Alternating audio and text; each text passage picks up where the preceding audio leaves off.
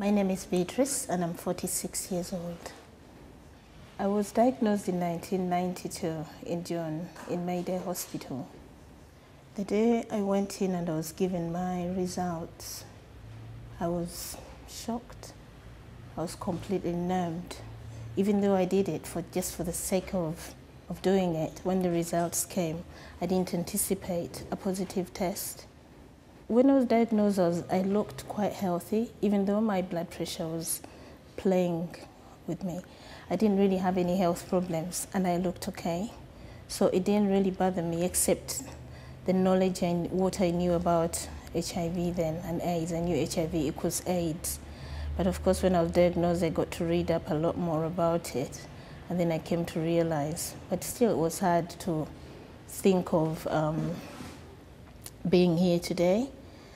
And until I went through different phases, because I remember one time actually, at one point I was having problems within my family at home with my husband, and I just felt like I just wanted an end to everything. I thought about my HIV status, I thought about my asylum in this country. I couldn't travel anywhere, and it just seemed a bit too much. And I did contemplate actually setting the room on fire where I was with my children, 2 of them. But at that point, I actually picked up, I'd been given a number by my GP for the National AIDS helpline, and that's the time when I phoned that number. And they referred me to a center which hadn't even been very far from Mayday Hospital. And all the time I used to go to that hospital, nobody had told me about it. And that was like the turning point for me. Because when I went there, that was a center that was offering people with HIV support. I met other people who are HIV positive, mostly gay men. And that was to be my turning point. It was then the first person I met said, I've been positive for 11 years. And for me, that was like giving me hope.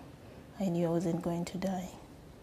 Life can be up and down. Like recently, for the past maybe 12 weeks, I've been really unwell, on and off, and it gets very frustrating when I can't do the things that I'm supposed to do. I have my studies, I have my work, and I've been unwell, yet you look good, and you have to explain yourself away all the time. My support has been okay with my family, because now I'm very open about my HIV status. Then I have a good pool of friends and peers. Most of them are positive like me. I also have those who are not positive but know about my status, and they're quite supportive. So people know, even my own children, that's like my best source of support, because they know the times when mommy will just pass out and she doesn't want to know, and they will appreciate that mommy is tired and she doesn't need to be disturbed, she needs to rest.